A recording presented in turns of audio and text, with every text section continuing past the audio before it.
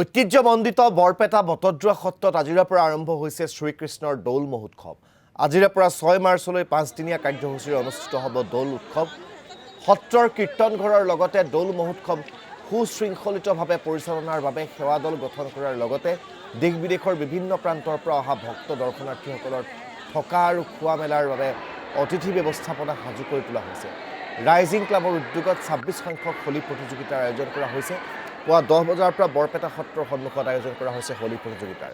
আমি আপোনালোকক এই মুহূৰ্তত বৰপেটা সত্ৰৰ পৰিৱেশ দেখুৱাবলৈ পোনপটীয়াকৈ লৈ যাব বিচাৰিছোঁ। বৰপেটা সত্ৰৰ পৰা নকুল তালুকদাৰ সংযুক্ত হৈছে। নকুল, বৰপেটা সত্ৰ বুলি ক'লে এই ফল্গোৎসৱৰ সময়ত এক অনন্য পৰিৱেশৰ সৃষ্টি হয়, এক সুকীয়া পৰিৱেশৰ তাত বিৰাজ কৰা দেখিবলৈ পোৱা যায়। আৰু বৰপেটাৰ এটা সুকীয়া পৰিচয় আছে সমগ্ৰ বিশ্বতে এই হোলীক কেন্দ্ৰ কৰি। আৰু আজিৰে পৰা যিহেতু দৌল উৎসৱ আৰম্ভ হৈছে, কেনেকুৱা প্ৰস্তুতি, এবাৰ কেনেকুৱা আয়োজন বৰপেটাত দেখুৱাওক। হয় ৰাজদীপ, আজিৰে পৰা আৰম্ভ হৈছে দৌল মহোৎসৱ আৰু বৰপেটা সত্ৰীয়া নিয়ম পৰম্পৰা অনুসৰি এই দৌল উৎসৱ পালন কৰা হয়। আৰু বৰপেটা সত্ৰৰ যি দৌল উৎসৱ, এই দৌল উৎসৱৰ সুকীয়া আকৰ্ষণ আছে, সুকীয়া মাদকতা আছে, যাৰ কাৰণে আচলতে সমগ্ৰ বৰপেটা অঞ্চলত উথপ থপ পৰিৱেশৰ সৃষ্টি হয়। আজি যি পৰম্পৰাগত নিয়ম, সেই পৰম্পৰাগত নিয়ম অনুসাৰে সত্ৰৰ মণিকূটৰ পৰা দৌল গোবিন্দ গোসাঁই আৰু কলীয়া ঠাকুৰ গোসাঁইক পৰম্পৰাগত নিয়ম অনুসাৰে উলিয়াই অনা হ'ব। আৰু উলিয়াই আনি এই যি মঠৰ চোতালত ৰখাৰ পিছতেই টুপৰ চোতাললৈ অনা হ'ব। মঠৰ চোতালত ৰাখি অধিবাস কৰাৰ পিছতে টুপৰ চোতালৰ যি মেজিত 7 পাক ঘূৰাই তাৰ পিছতেই দৌল যি আছে দৌলত সংস্থাপন কৰা হ'ব।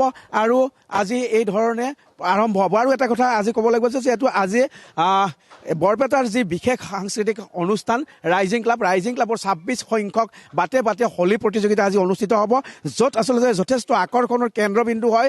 অঞ্চলটোৰ বহুকেইটা দল, ল'ৰা ছোৱালীসকলৰ বহুকেইটা দলে অংশগ্ৰহণ কৰিব। আৰু আজিৰ সেই যি বাটে হোলী গীত প্ৰতিযোগিতা, তাত অংশগ্ৰহণ কৰিব দীপজ্যোতি কেওট অভিনেতা আৰু চুইটি দাস যি কণ্ঠশিল্পী, তেওঁলোকে আজি অংশগ্ৰহণ কৰিব। এই মুহূৰ্তত মই সত্ৰৰ ডেকা সত্ৰীয়া গৌতম পাঠকৰ কাষলৈ আহিব বিচাৰিছোঁ। বৰপেটা সত্ৰৰ দৌল উৎসৱ বুলি ক'লে এক বিশেষ আকৰ্ষণ থাকে, কেনেকুৱা ধৰণে আজি প্ৰস্তুতি কৰা হ'ব, আজি কি নিয়ম থাকিব? প্ৰথমতে মই বৰপেটা সত্ৰৰ তৰফৰ পৰা দৌল মহোৎসৱ উপলক্ষে সমগ্ৰ অসমবাসী ৰাইজলৈ সেৱা ধৰিছোঁ। বৰপেটা সত্ৰৰ দৌল মহোৎসৱ বুলি ক'লে আজি অকল অসমতে স্থিতি হৈ থকা নাই, গোটেই বিশ্বৰ দুৱাৰত, বিশ্বৰ চোতালত থিয় হ'বৰ কাৰণে সক্ষম হৈছে। তাৰ কাৰণে আমি বৰপেটাবাসী গৌৰৱান্বিত। এইবেলি আজিৰ পৰা অৰ্থাৎ 2 মাৰ্চ তাৰিখৰ পৰা 6 মাৰ্চ তাৰিখলৈ এই 5দিনীয়া কাৰ্যসূচীৰে, বিস্তৃত কাৰ্যসূচীৰে দৌল মহোৎসৱ আমি উদযাপন কৰিবৰ কাৰণে আয়োজন কৰিছোঁ। আজি গণ যাত্ৰা বুলি কয়। আজি আবেলি 2-3 বজাৰ ভিতৰত আমাৰ গোসাঁইক মণিকূটৰ গৃহৰ পৰা বাহিৰলৈ উলিয়াই আনি মঠৰ চোতালত স্থাপনা কৰা হ'ব, তাতে অধিবাস গ্ৰহণ কৰা হ'ব। আৰু সেইখিনি কৰাৰ পিছত বৰপেটা সত্ৰৰ কীৰ্তন ঘৰটো এপাক ঘূৰি সত্ৰৰ সন্মুখত মেজি জ্বলাব। আৰু মেজিত গোসাঁইক 7 পাক প্ৰদক্ষিণ কৰি আমাৰ যোগমোহন গৃহ আছে, এই যোগমোহন গৃহত গোসাঁইক স্থাপনা কৰি থোৱা হ'ব। আৰু ৰাতি আমাৰ দৌল গৃহ আছে, সেই দৌল গৃহত গোসাঁইক উপস্থাপিত কৰা হ'ব। আৰু 3 দিন দৌল গৃহত থাকিব। গতিকে আজি বৰপেটা সত্ৰৰ যিটো দৌল মহোৎসৱ, আমি সকলো ৰাইজকে আমন্ত্ৰণ জনাইছোঁ।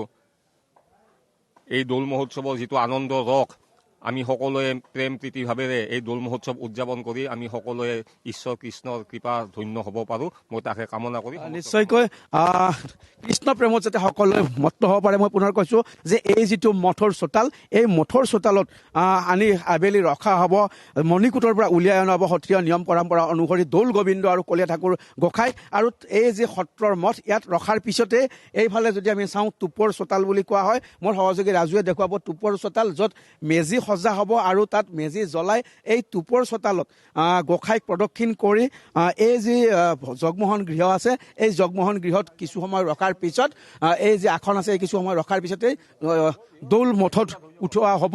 আৰু আজিৰে পৰা উথপ থপ এক পৰিৱেশ হ'ব, কাৰণ কালি যিহেতু বুঢ়া সত্ৰীয়াই যেতিয়াই গোসাঁইৰ ফাকু প্ৰদান কৰিব, তাৰপিছতেই এই 3 দিন ধৰি আচলতে ফাকুময় হৈ পৰিব গোটেই বৰপেটা অঞ্চল। 3 দিন সমগ্ৰ দৌল মহোৎসৱ চলিব। তাৰ পিছত গোঁসাইক যিহেতু ফুৰাবলৈ নিয়া হ'ব আৰু তাৰ পিছত 2 দিন একেৰাহে হোলী উৎসৱ অনুষ্ঠিত হ'ব, ফাকুৱা উৎসৱ অনুষ্ঠিত হ'ব বৰপেটাত। এই ধৰণে আজিৰে পৰা 6 নিশ্চয়কৈ মাৰ্চলৈ আপোনাক ধন্যবাদ জ্ঞাপন কৰিছোঁ আমাক পৰিৱেশ দেখুওৱাৰ বাবে নকুল তালুকদাৰ।